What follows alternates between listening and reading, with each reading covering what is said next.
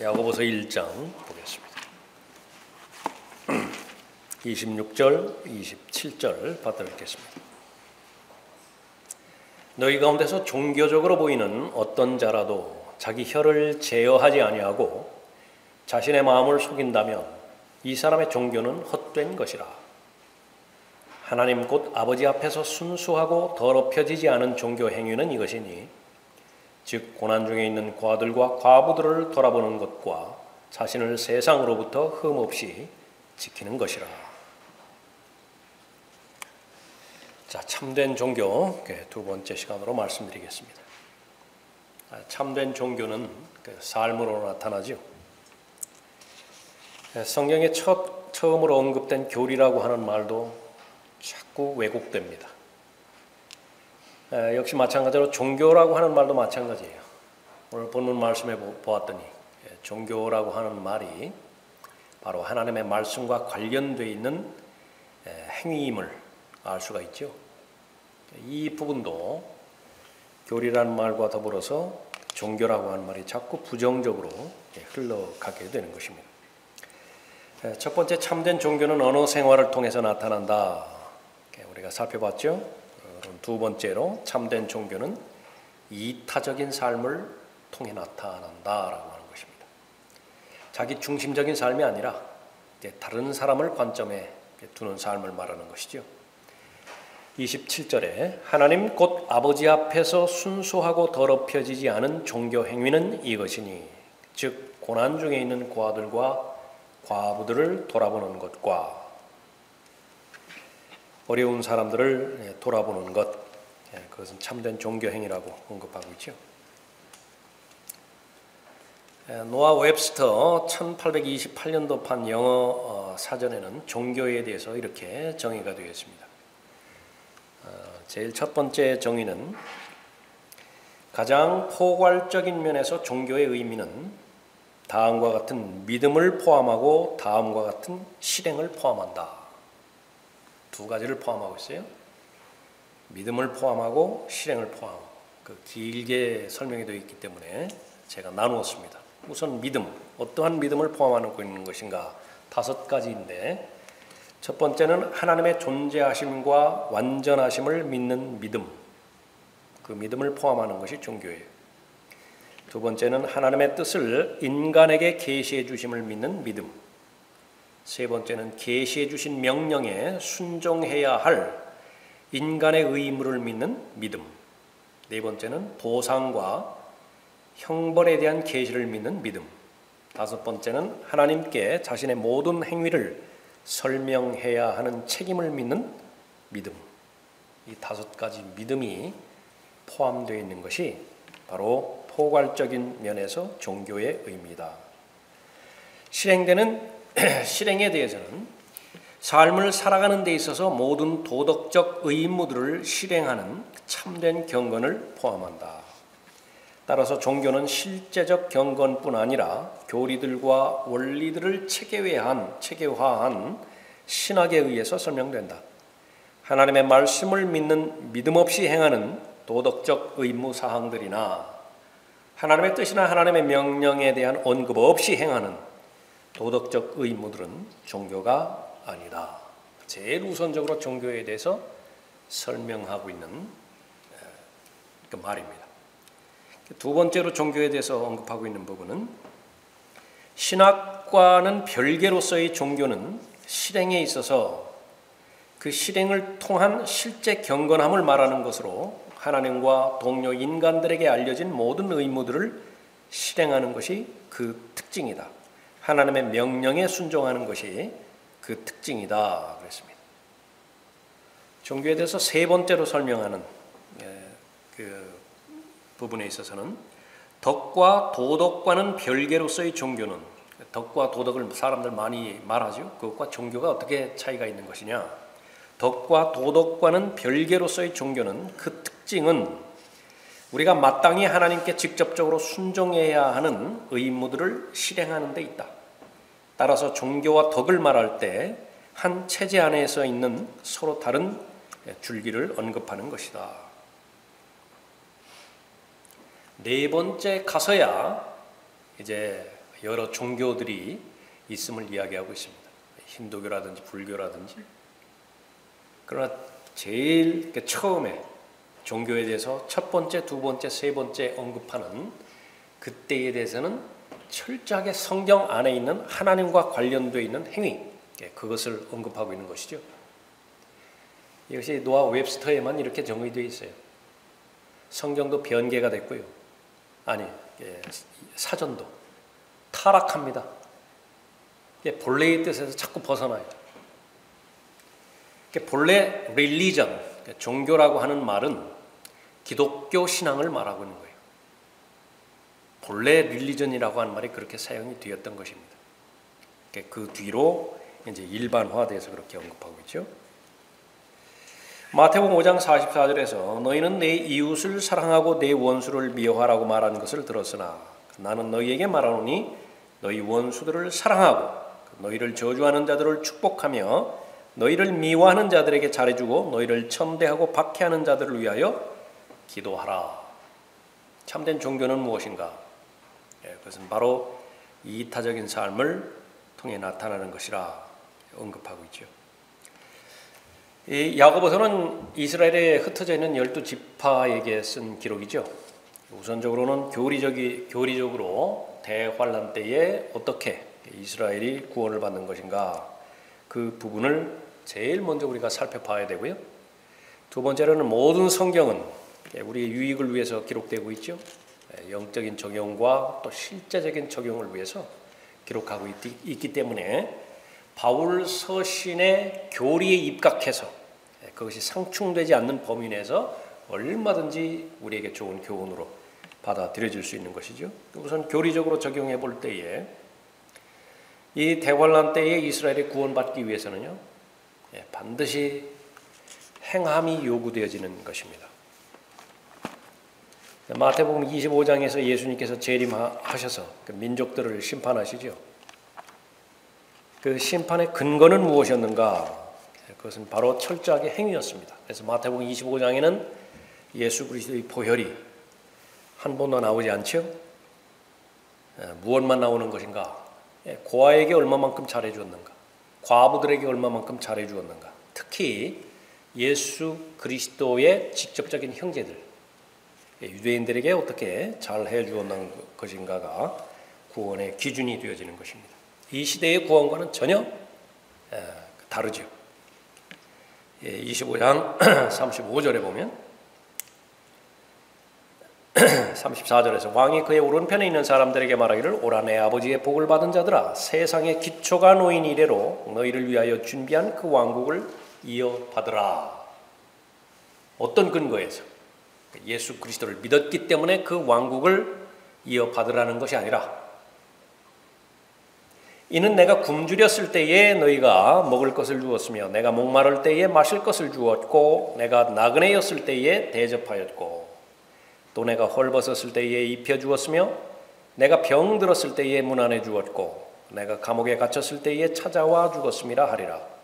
그때의 의인들이 주께 대답하여 말씀드리기를 주여 언제 우리가 주께서 굶주리신 것을 보고 잡수실 것을 드렸으며 목마르실 때에 마실 것을 드렸나이까? 언제 우리가 주께서 나그네 되신 것을 보고 대접해 드렸으며 헐벗으셨을 때에 입을 것을 드렸나이까? 언제 우리가 주께서 병드신 것을 보았으며 또 감옥에 갇히셨을 때 찾아뵈었나이까? 라고 하더라. 그러나 왕이 대답하여 그들에게 말하기를 진실로 내가 너희에게 말하노니 여기 내 형제들 가운데 가장 작은 자 하나에게 한 것이 곧 나에게 한 것이리라 하리라. 그 다음에는 이제 반대로 그렇게 그 말씀을 하시죠.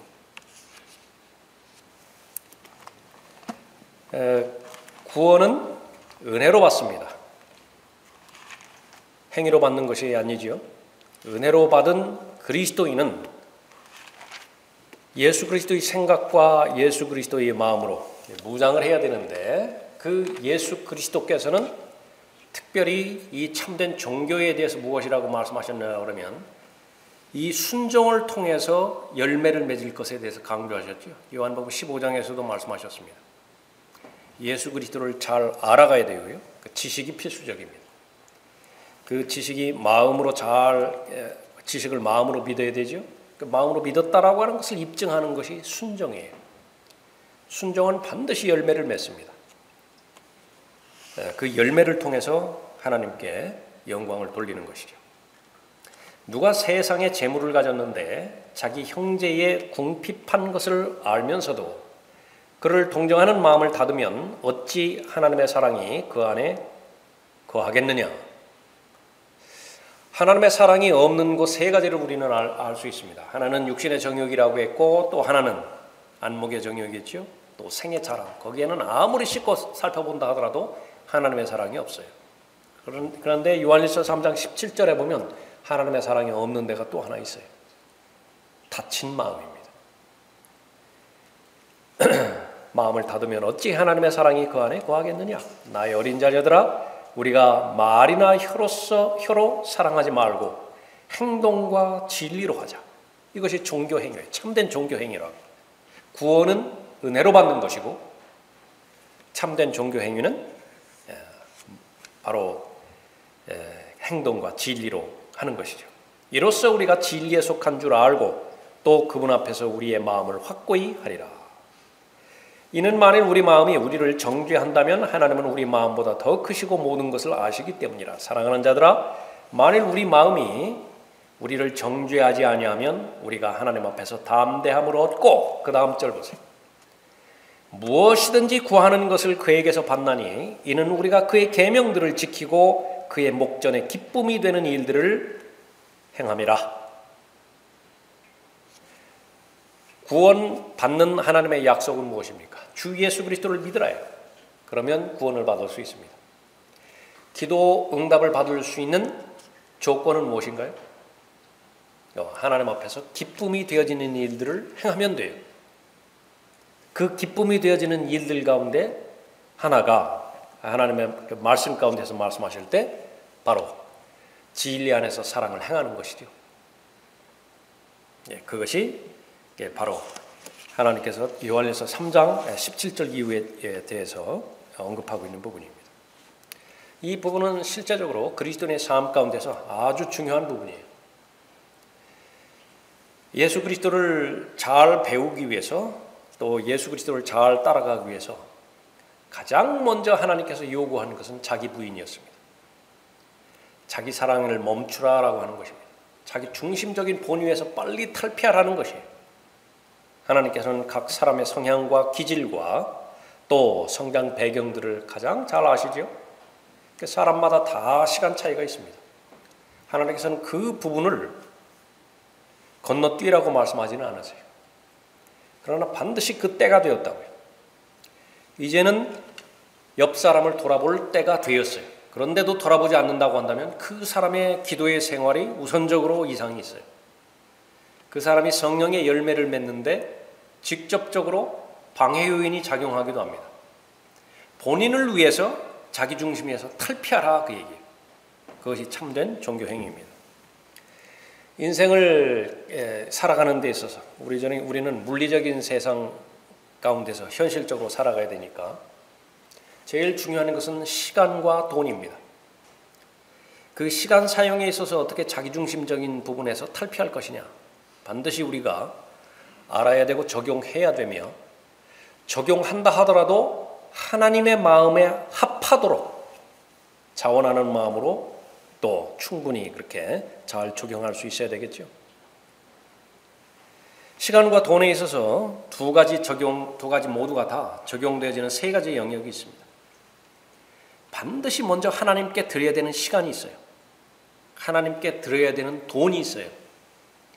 그것을 만약에 내가 가지고 있다고 한다면 그 죄를 회개하지 않는 한 그 사람에게는 아무것도 일어나지 않아요. 하나님 것은 하나님께 드려야 돼요.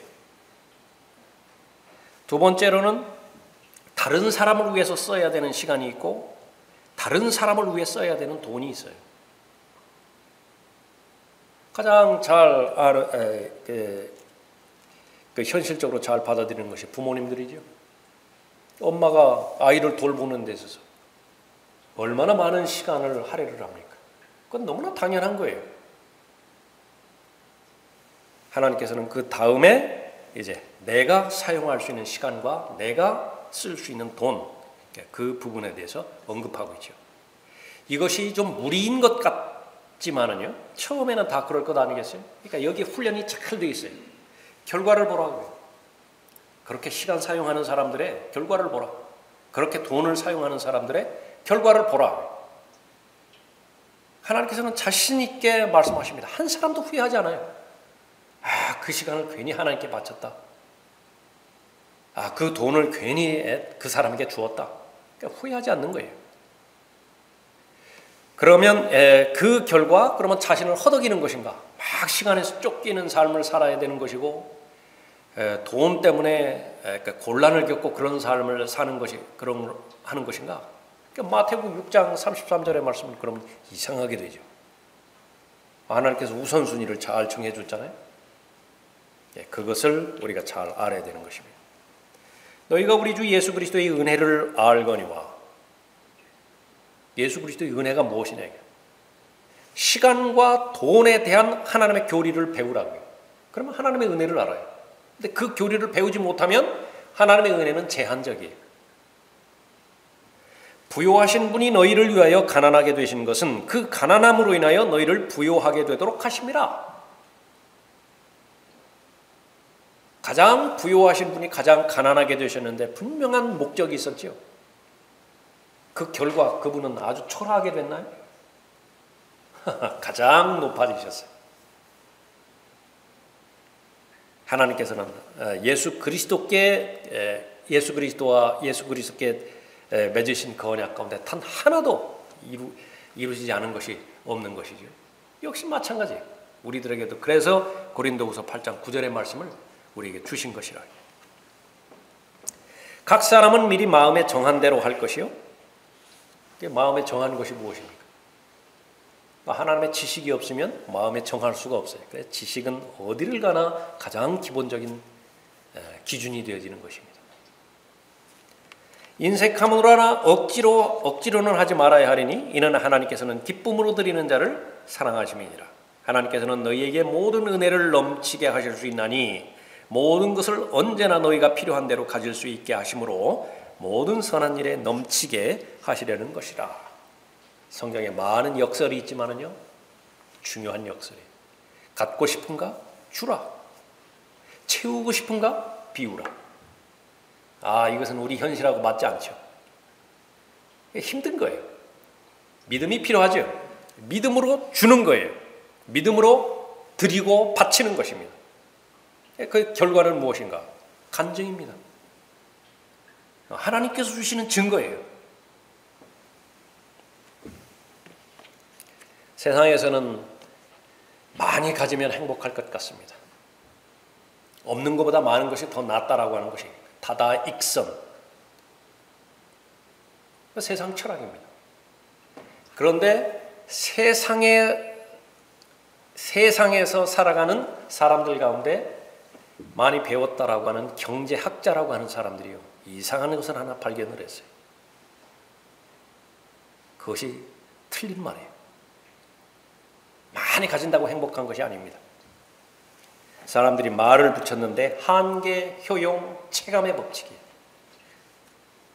효용, 물건이나 서비스 사용할 때 얻게 되어지는 즐거움이나 만족감을 말하는 것이죠. 효용입니다. 한계 효용은 무엇인가? 다 가질 수 없으니까 내가 돈 주고 그 물건을 사는 것입니다. 그 재화를 놓고 그 서비스를 사는 것이죠. 그때에 얻게 되지는 효용 가치를 한계 효용이라고 말하죠. 근데 그 다음에 붙여지는 말이 불안해. 체감이라고요. 체감. 한계 효용, 체감이라고. 그래서 이 물질적 그 소비로 얻는 효용, 그것은 결코 늘어나는 양에 비례하지 않는다라고 하는 것입니다. 예를 들어서 몇 개가 살펴보면 아주 그 감칠맛 나는 시원해 보이는 그 사과 하나 먹었을 때 맛있죠. 몇 개까지 먹을 수 있습니까? 한 3개까지 먹었다고 칩시다. 4번째, 5번째 그것이 이제 물리기 시작한다. 그러면 4번째, 5번째 사과는 첫 번째 사과에 비해서 맛이 없는 것인가? 그렇지 않죠. 똑같은 사과라고요. 어린아이들에게는 장난감이 갖고 싶고요. 또 청년들에게는 또 갖고 싶은 것이 있지요. 나이 든 사람들에게는 또 갖고 싶은 것이 또 따로 있겠죠. 그것을 가졌을 때 어린아이들은 그 장난감 사주면 그거 없이 살 수 없죠. 밤에 잘 때도 껴안고 잔다. 며칠 갑니까? 역시 마찬가지로 한계, 효용, 체감의 법칙이 적용되어지는 것입니다. 뷔페 다 먹어치울 것 같죠. 처음에 가서 양이 찼는데 더 먹는 것은 그 다음부터 이제 고문이죠. 100배 더 많은 재화를 소비하거나 100배 비싼 재화를 소비한다고 해서 인간의 뇌가 그러면 100배 쾌감을 느낄 수 있는 것이냐? 그렇게 느꼈으면 좋겠어요. 결코 그렇지 않습니다. 좋은 음악을 억대 나가는 오디오 세트로 감상할 때의 그 즐거움하고 아주 싸구려 카세트, 요즘은 카세트 안 나오죠. 뭐라고 합니까? 뭐 MP3 그 정도 될까요? 그것으로 듣는 거하고 과연 억대 차이가 나는 그 즐거움의 차이를 느낄 수 있는 것이냐? 그렇지는 않아요. 자동차 역시 마찬가지예요. 뭐 수억 대 나가는 차가 있고 경차구도 있고 그렇잖아요. 그러면 돈의 차이가 수천 배 차이가 나는 것인데 그 정도 즐거움과 또 만족을 느끼는 것인가? 그렇지 않은 것이죠. 돈 소유하는 것도 마찬가지입니다. 내가 10,000원을 가졌어요. 전 재산이 10,000원이에요. 그때 10,000원이 더 들어왔습니다. 얼마만큼 만족하겠어요? 근데 내가 100억 원을 가지고 있습니다. 그때 10,000원이 들어왔어요. 같을까요? 절대로 같지 않는 것을 볼 수 있는 것이죠. 한계, 효용, 체감의 법칙.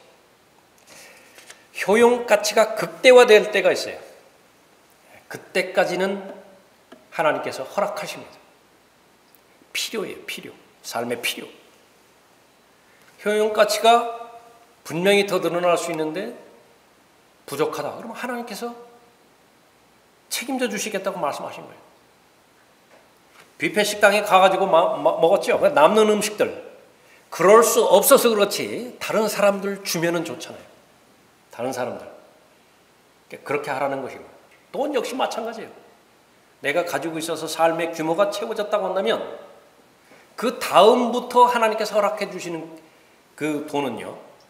그것은 배달하라는 거예요. 배달하라.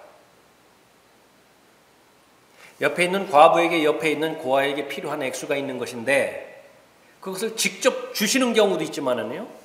제3자 통해서 배달하게 하시는 경우가 거의 대부분이라고. 그리스도인은 제일 먼저 돌아봐야 되는 것이 믿음의 지체들이죠. 그리스도 안에 있는 지체들입니다. 그래서 항상 생각해야 돼요. 시간 생각할 때 세 부분으로 우리가 구분하는 것입니다. 이건 반드시 훈련이 되어 있어야 돼요. 하루를 살든 한 달을 살든 1년을 살든 하나님 앞에 바치는 시간이 있습니다. 이건 하나님 거예요. 내가 가져오면 안 된다. 자신의 믿음의 분량에 따라서 다른 사람을 섬겨야 하는 용도로 떼어놓아야 되는 시간이 있어요. 그 시간도 떼어놓아야 된다고요. 그 다음에 하나님께서 허락하시는 자기가 쓸 수 있는 시간이 있습니다. 돈도 마찬가지라 그렇게 말씀하고 있죠. 이 부분이 이상이 생겼다. 뒤죽박죽이 되는 것이에요. 하나님께서는 그 부분에 대해서 세상 사람들도 알아차리지 못하는 징계 하나를 내리셨는데 권태예요. 권태. 뭘 해도 재미가 없어요. 그러니까 시간은 엄청나게 남아오는데 돈도 엄청나게 지금 쌓이는데 뭘 해도 재미가 없어요. 재미가. 감동이 없는 삶이 무슨 인생이겠습니까? 뭔가가 좀 설렘이 있어야 될 거 아니겠어요? 하고 싶은 것이 좀 있어야 될 거 아니겠어요? 근데 그 감동과 설렘이라고 하는 것이요. 다른 사람에게 알려지면 수치스러운 것들이라고. 자기 혼자만 알아야 되는 것들. 어두움 가운데서 행해져야 되는 것들.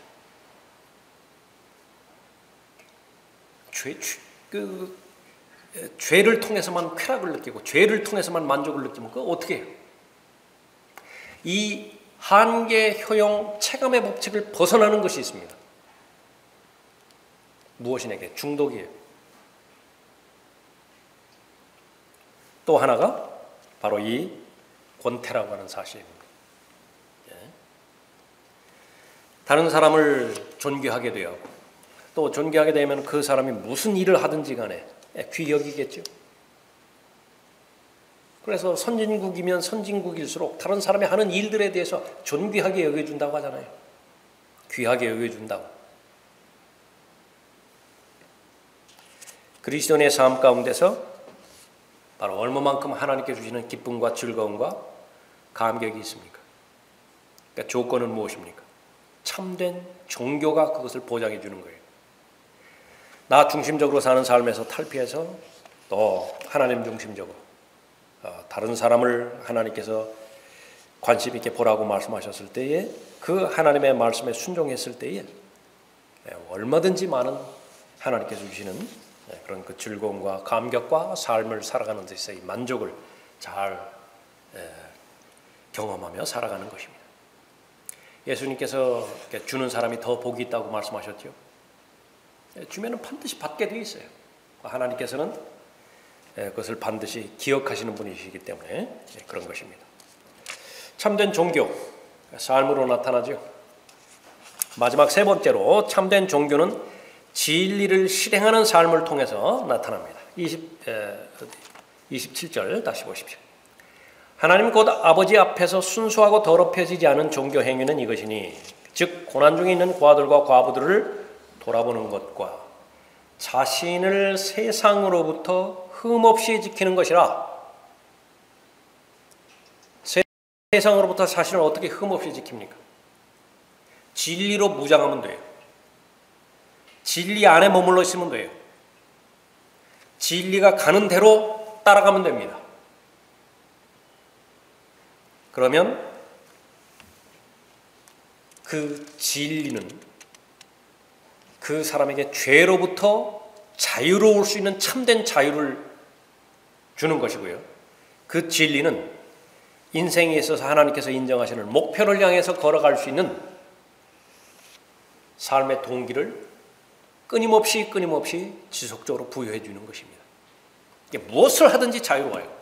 무엇을 하든지 더럽혀지지 않고 무엇을 하든지 하나님과의 관계가 멀어지지 않습니다. 그것이 바로 참된 종교 행위예요. 삶을 통해서만 나타나는 거예요. 참된 종교 행위는 진리를 실행하는 삶을 통해서 나타나는 것입니다. 자신을 세상으로부터 흠없이 지키는 것이라 그랬죠. 역시 마찬가지로 이 부분에 있어서 교리적으로 먼저 적용합니다. 대환란 때에 성경에서는 계속된 경고의 말씀이 이 흠을 받지 말아야 됩니다. 요한계시록 13장 1절 이후에 보면 적그리스도는 표범이라고 하는 짐승과 같다고 언급하고 있죠. 표범에는 점이 있어요. 점. 흠이 있죠. 영어로 말하면 스팟이에요. 스팟. 이것이 이제 그 사람을 오염시켜 버립니다. 어린 양에 대해서 언급할 때 흠도 없고 점도 없다라고 하는 것은 교리적으로 그 부분과 맥락이 있는 부분이에요. 괜히 점도 없고 흠도 없다 그렇게 언급하는 것이 아니라 교리적으로 흠이 있는, 점이 있는 짐승이 있어요. 표범이에요. 표범. 적그리스도를 예표하는 것입니다. 그러나 어린 양은 점도 없고 흠도 없어요. 교회 역시 마찬가지였죠. 에베소서 5장에서 예수 그리스도의 신부인 교회를 언급할 때 흠 없게 하려는 것이라. 흠 없게 하려 하심이라 그렇게 말씀하고 있습니다. 사탄의 신부들은 어떻습니까? 베드로후서 2장 12절 13절에서 그들은 불의의 대가를 받게 되리니 대낮에 흥청거리는 것을 낙으로 여기며 너희와 더불어 잔치를 즐기는 동안에도 자신들이 속임수로 방탕하니 그들은 점과 흠이요 그랬다. 그러니까 예수 그리스도의 신부는 점과 흠이 없어요. 그러니까 사탄의 신부는 점과 흠이라. 그러니까 대환란 때에 하나님으로부터 분리되어서 하나님으로부터 저주를 받아서 지옥에 가는 대상의 사람들이 나오는 것인데 네 부류의 사람들이 있습니다. 제일 먼저 하나님의 그 시간표에서는 휴거가 일어나죠. 그러면 그리스도의 몸 다 들림받아서 올라가는 것입니다. 일단 휴거가 일어나면 이 지상의 상황은 완전히 바뀌어져 버리죠. 거의 구약시대로 다시 돌아가는 것입니다. 그때에 정죄받게 되어지는 네 부류의 사람들. 제일 먼저 교회 시대에 복음을 들었지만은 복음을 거부한 사람들이에요. 1차적으로 제일 확고하게 말씀하신다. 그 사람들은 어떤 사람들인가? 그 사람들에게는 강력한 미혹을 보내신다고 말씀하셨어요. 미혹의 결과 거짓말임에도 불구하고 진리로 받아들이게 만들어버려요. 거짓말을 믿게 하는 거예요. 그 사람들은 어떤 사람들인가? 진리를 믿지 않고 불의를 좋아하는 모든 자로 심판을 받게 하려 하심이라 그랬다고. 두 번째 사람들은 예수 그리스도를 믿고 구원을 받았지만은 우상으로 돌아간 유대인들이에요. 이 그림을 보여주는 대표적인 책이 재판관계입니다. 분명히 하나님의 은혜를 입었지만은 그러나 다시 하나님 부인하고 배교해버리죠. 만약 떨어져 나간다면 다시 새롭게 하여 회개시킬 수 없나니. 히브리서 6장 4절 이후의 말씀인데 교리적으로는 대환란 때 유대인들을 언급하는 부분입니다. 구원을 잃어버렸다고 한다면 다시 새롭게 하여 회개시킬 수 있는 기회가 없는 것이에요. 그래서 대환란에서 자신의 구원을 잃어버린다고 한다면 다시 구원받을 수 없죠. 세 번째 부류의 사람은 짐승의 표를 받거나 적그리스도의 형상에 경배한 자들입니다. 요한계시록 14장 10절에서 그 역시 하나님의 진노의 포도주를 마시게 되리니 그것은 그의 진노의 잔에 혼합하지 않고 부은 것이니라. 또 그 사람은 거룩한 천사들의 면전과 어린 양의 면전에서 불과 유황으로 고통을 받으리니 그랬습니다. 마지막으로 네 번째 사람들, 거짓 선지자들과 거짓 교사들이에요. 이 사람들은 대환란 기간 동안에 하나님께서 심판하시기로 아주 작정한 사람들이에요. 고의적인 무직 가운데서 고의적으로 진리를 왜곡시킨 사람이죠. 베드로후서 2장 12절에서 이들은 잡혀서 멸망케 된 본성이 잔인한 짐승 같아서 자기들이 알지 못하는 것을 비방하다가 그들 자신의 타락 가운데서 완전히 멸망하게 되리라 그랬습니다. 자, 이런 부류 가운데서 오늘 본문 말씀해 보니까 바로 이 세상으로부터 흠 없이 지키라고 그렇게 말씀하시죠. 그때의 흠은 어디에서 나오는 것인가? 바로 요한계시록 16장 2절에 보면 심한 헌대라고 하는 표현이 나옵니다. 그러므로 첫째가 가서 자기 호리병을 땅에 쏟으니 그 짐승의 표를 가진 자들과 그의 형상에 경배한 자들 위에 악취가 나는 심한 헌대가 생기더라. 문둥병이 심한 헌대, 그건 문둥병입니다. 그 문둥병은 몸만 더럽히는 것이 아니라 그 사람이 입고 있는 옷도 오염시켜버려요. 교리적으로 대환란 때 그렇습니다. 유다서 23절에 보면 다른 자들은 불 속에서 끌어내어 두려움으로 구원하되 육신으로 더럽혀진 그 옷조차도 증오하라. 교리적으로는 그 더럽혀진 옷, 흠없이 자신을 지키라라고 하는 말과 관련되어 있습니다. 레위기 13장에서는 문둥병 전체에 대해서 가장 구체적으로 상세하게 언급하고 있죠. 문둥병이 걸렸을 때 어떻게 해야 되고 어떻게 하면 문둥병이 나은 것인지를 제사장들이 선언을 하고 그 부분에 대해서 잘 나와 있습니다. 그 가운데서 옷에 대해서도 나와요. 옷. 문둥병에 걸렸을 때 그 문둥병자가 입고 있었던 옷 반드시 빨으라고. 빨았을 때 그것이 제거된 경우가 있고 제거되지 않은 경우에 대해서도 언급하고 있죠. 열왕기하 5장에 보면 시리아 왕의 군대대장 나아만 문둥병자였습니다. 어떻게 문둥병이 나왔죠? 침례에 의해서 나왔어요. 행위라고, 행위. 사도행전 2장 38절에서 침례를 받은 결과 성령의 선물을 받은 유일한 경우가 있었죠. 그것은 대환란 때의 침례 방식이에요. 대환란 때에 이렇게 흠으로 더럽혀졌다고 한다면요, 그것을 해결할 수 있는 유일한 방안은 예수 그리스도의 이름으로 침례를 받아요. 이 시대에 받는 침례하고는 전혀 다른 것이죠. 그 부분이 이제 교리적인 부분입니다. 실제적인 부분에 있어서는 어떻습니까? 우리들이 잘 알고 있는 성별에 관한 교리이죠. 자신을 지켜야 되는 것입니다. 실제로 구원받은 다음에 시간이 많이 흐르죠. 많이 흘렀을 때에 얼마나 많은 유익한 점들이 있고 장점이 있습니까? 동시에 얼마만큼 약한 점이 있는 것인지 성경은 계속해서 그것을 경고해요. 왜냐? 하나님께서는 그러한 하나님의 자녀들을 아끼기 때문에 그렇습니다. 아끼기 때문에 그래요. 우리의 마음과 우리의 양심은 구원받을 그 당시의 어린아이와 같은 마음과 어린아이와 같은 그런 양심이 계속 지켜져야 돼요. 그것이 복이에요, 복. 그래서 이 마음의 상태가 유지되어지고 그 순수한 양심의 기능을 계속해서 유지하기 위해서는 비결은 하나밖에 없다고요. 무엇이냐? 더 많이 말씀 보고 더 많이 기도해야 돼요.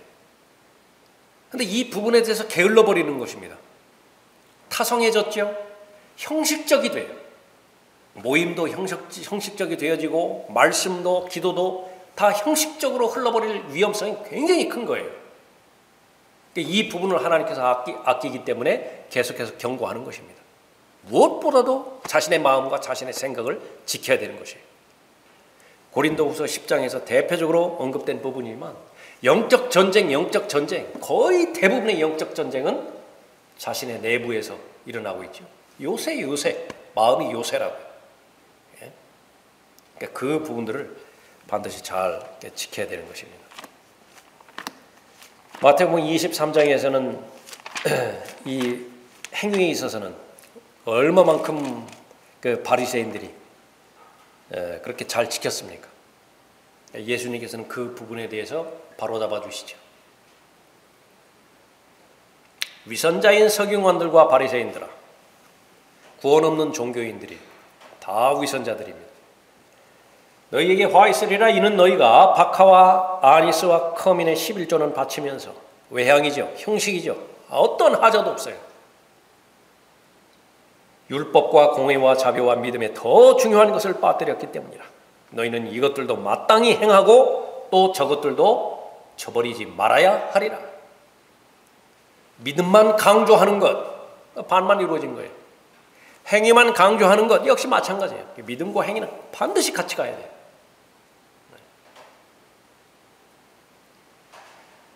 호두 알맹이요. 호두가 유지되기 위해서는요, 껍데기는 필수적입니다. 껍데기 없는 호두 어떻게 그 관리를 해요? 어떻게 그 열매를 보호를 합니까? 그래서 무엇이 더 중요하고 덜 중요하고 그것을 지나서 그것도 행하고 또 마땅히 더 중요한 믿음에 더 중요한 것, 그것도 빠뜨려서는 안 된다라고 그렇게 언급하고 있죠. 위선자인 서기관들과 바리새인들아, 너희에게 화 있으리라. 이는 너희가 잔과 접시의 겉은 깨끗하게 하나 속은 약탈과 방탕으로 가득 차 있기 때문이라. 부자 청년 관원이 하나님 앞에 예수님께 나갔죠. 무엇을 지키면 됩니까? 영생을 상속받으려면 무엇을 지키면 됩니까? 자신만만하게 간 거예요. 예수님께서 무엇을 건드렸습니까? 탐심을 지적했다고. 탐심. 그러니까 형식적인 거 그거 잘 지켰다 칭찬해 주시고, 내 마음 가운데 탐심의 문제를 해결하라. 이거 눈에 보이지 않는 거예요. 빌립보서 3장에서 바울 역시 마찬가지입니다. 겉으로 볼 때는 흠이 없이 율법 다 지켰어요. 바리새인 중에 바리새인이에요. 언제의 고백입니까? 구원받지 못했을 때. 그러나 구원을 받게 됐죠. 하나님의 은혜로 구원을 받게 되었을 때에 그 은혜가 무엇을 비춰줬느냐 그러면 지금까지 율법이 비추어주지 못했던 마음 중심을 비춰준 거예요. 엉망진창이에요. 엉망진창. 그러니까 모든 것들이 자기 중심적으로 해왔고 자기 본의적으로 해왔고 결론은 구원 없는 유대교 종교 행위만 해온 거예요. 겉만 번지르르게 했다. 고백하지 않을 수 없는 것은 바로 지금의 내가 된 것. 그것은 어떠한 행위에 의해서도 된 것이 아니라 오로지 하나님의 은혜에 의해서 지금의 내가 되었다. 더 나아가서 수고한 것, 그거 다 행위들 아니에요? 하나님의 은혜가 없는 행위, 그 무슨 의미가 있겠느냐 반문하는 거죠. 내가 수고한 모든 수고들, 하나님의 은혜가 없었다고 한다면 그거 다 헛것으로 끝났을 텐데, 다시 말하면 종교 행위로 그냥 끝났을 것이라고. 그러나 그것이 헛된 것으로 끝나지 않았던 것 역시 마찬가지로 하나님의 은혜였었던 것이죠. 참된 종교의 안에서 일어나는 것이 바로 겉으로 열매를 맺게 하신 것이죠. 자, 그리스도인은 비진리와 타협하지 않는 사람입니다. 진리는 마음의 문제이죠. 양심의 문제이죠.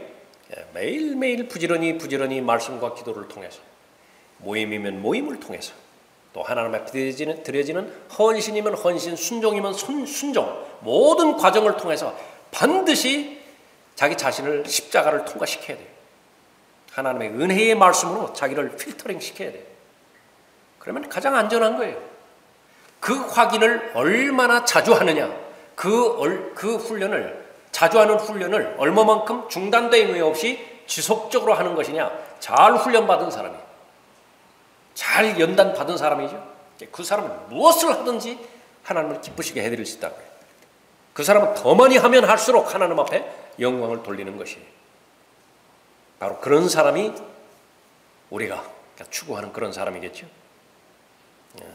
바로 하나님의 은혜의 능력이고 또 하나님께서 허락해 주시는 진리의 능력인 것입니다. 비진리와 타협하지 않는 사람이고 하나님으로부터 인정을 받는 사람이고 하나님을 기쁘시게 해드리는 사람이죠. 그것을 벗어나서 하나님과는 무관하게 사람들로부터 인정을 받고 또 사람들에게 어떤 매력을 보여주려 하는 욕망을 가지고 있고 그런 것은 부질없는 짓들입니다. 자, 오늘 야고보서 1장을 통해서 거짓 종교 행위가 있고 참된 종교 행위가 있는 것인데 참된 종교 행위에 대해서 살펴보았습니다. 오늘 역시 마찬가지입니다. 여러분들 기도하실 때에 제일 먼저 하나님 말씀을 통해서 여러분의 마음 가운데서 성령 하나님께서 인도해 주시는 바로 잡아야 되는 그런 영역이 있다고 한다면 그 부분을 가장 먼저 하나님 앞에 말씀드리고 또 고백해 드림으로 인해서 잘 바로잡혀진 상태에서 또 준비해온 기도의 제목들을 하나님 앞에 믿음으로 간구하는 여러분들 되시기 바랍니다.